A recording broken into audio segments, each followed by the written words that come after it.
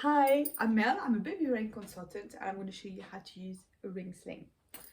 So there's lots of different types of ring slings. They're made from different material. This one is made from a woven wrap, which is a wrap that doesn't stretch, very strong.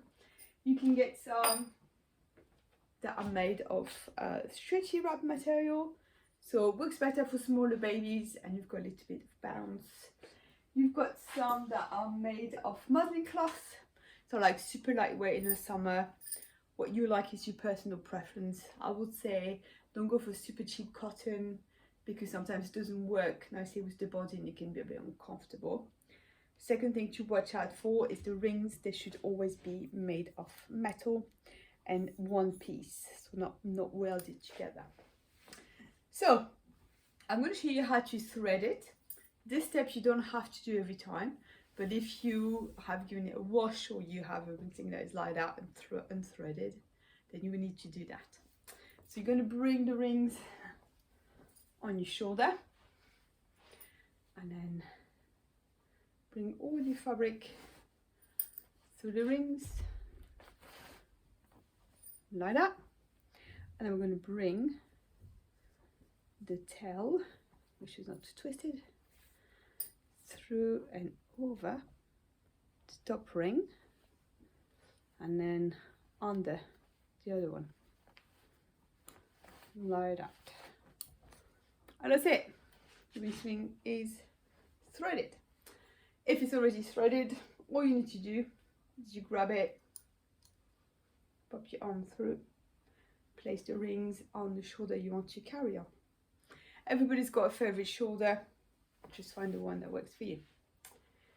So before you start, let's make sure it's not too tangled. If any of the fabric is tangled through the rings, then it's quite difficult to pull once the baby's in it. You just take a second to do that, and this you need to do every time. Spread the fabric on your back so it's nice and comfy. The more you spread, the more comfortable it is.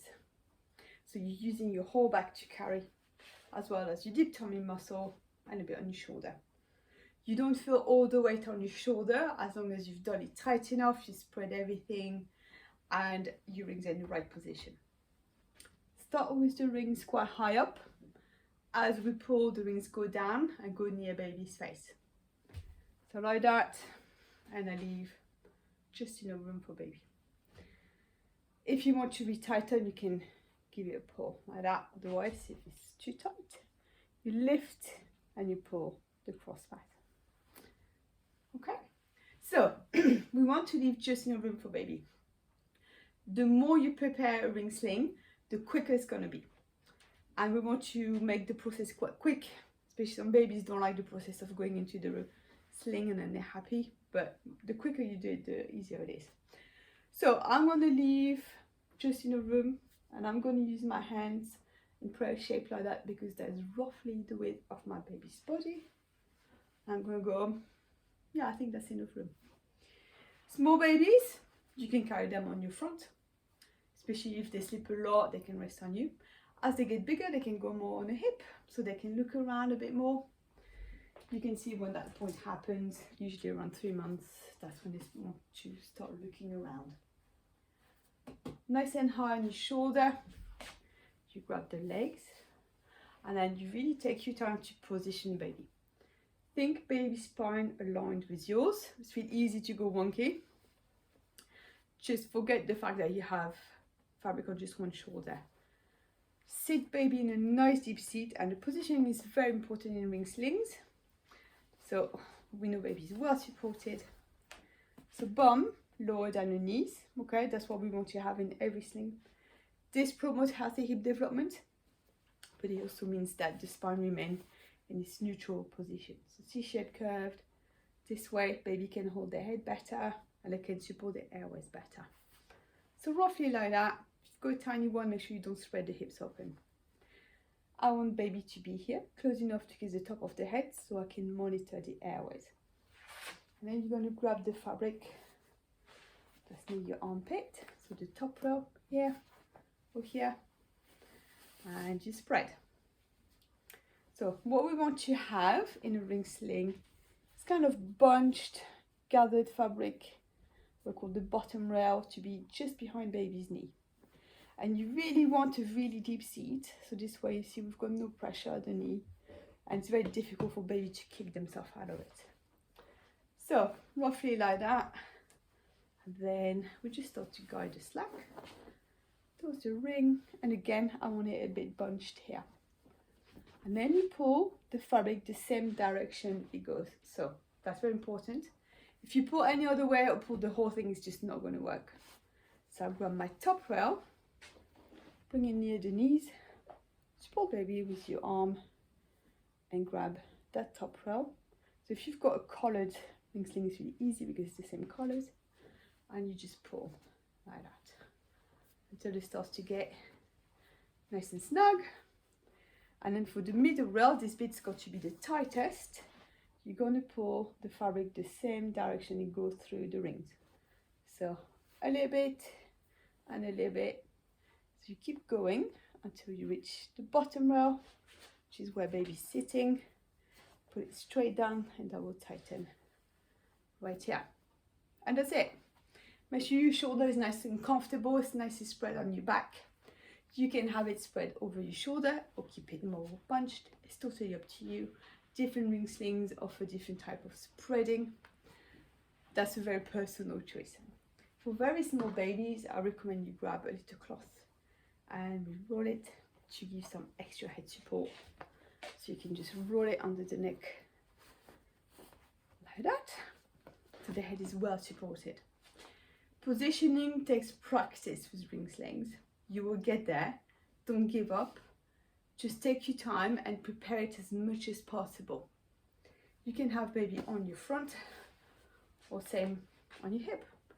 So when they want to look around a bit more, they have a bit more space. With the tail, you can either leave it dangling, or you can just go and tuck it in, tuck it on your back, or you can go round like that, create a little cushion. It's up to you what you do. For feeding, super handy. So we can feed lots of different ways. If you're breastfeeding, you can go straight down into a koala position, so upright. To loosen, you lift, zip, like that. Support baby, just a little bit at a time. You can support baby. There you go, here we are. Nose to nipple, and you can support baby with your hand or your forearm or your elbow. But the nice thing about that is that my hand is free. So you can feed baby, make sure you can see the airways. Head and spine are aligned is very important. When they have full head control, you can be a bit more hands-free. But when they don't have head control, you still need to support. If you want to bottle feed, you can do exactly the same. So from your front, you loosen a bit, and you can just bring baby a bit down, and you can feed like that. If you find the legs are in a bit of an awkward position, you can bring them in like that, and you can bottle feed. If you prefer feeding at the breast in a cross cradle position, loosen a little bit again, and then here's what you're going to do. You're going to go yep, like that. Support from knee to top of the shoulders, hands on the breast. Make sure baby's well aligned, and again you can feed, you can use the other side, and you can retighten until you feel the baby's nicely supported. You can switch shoulders obviously if you want to feed on the other side. Once you're done, you always carry it upright. It's very important. So you bring baby back up, and then you're just going to retighten just the same way as you started until it's nice and snug. Baby's well supported, and you're good to go. Okay, so safety is very important. So I'm going to go through safety with you. You can get a TICS leaflet online. These are the guidelines that we follow. Slings have got to be tight. It's very important. Baby should be nice and snug against you. If your baby starts to slump, it's probably not tight enough. Don't panic. Just retighten. Pull a bit more.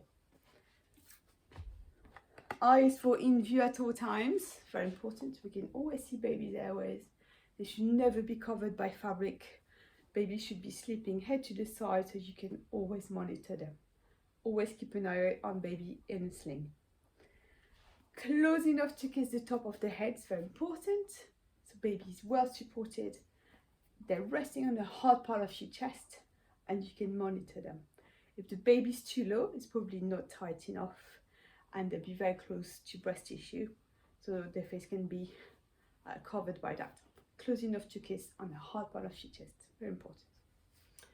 Keep chin of chest, make sure you can always fit 2 fingers between chin and chest, okay? And this is important to keep the airways clear. If your sling is tight enough and you're well supported all across the back from the earlobe to the knees and baby sitting in a nice deep seat, then usually you're good to go. If not, we tighten, we go baby around, we position.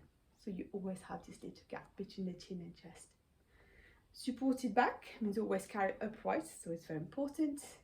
Supported from knee to under the earlobe for a small baby. And that's it. Ringslings take a bit of practice, but they're really great. This was giving them a go. See if that works for you. Super handy for feeding as well, and nice and quick. Thank you so much for watching. Bye bye.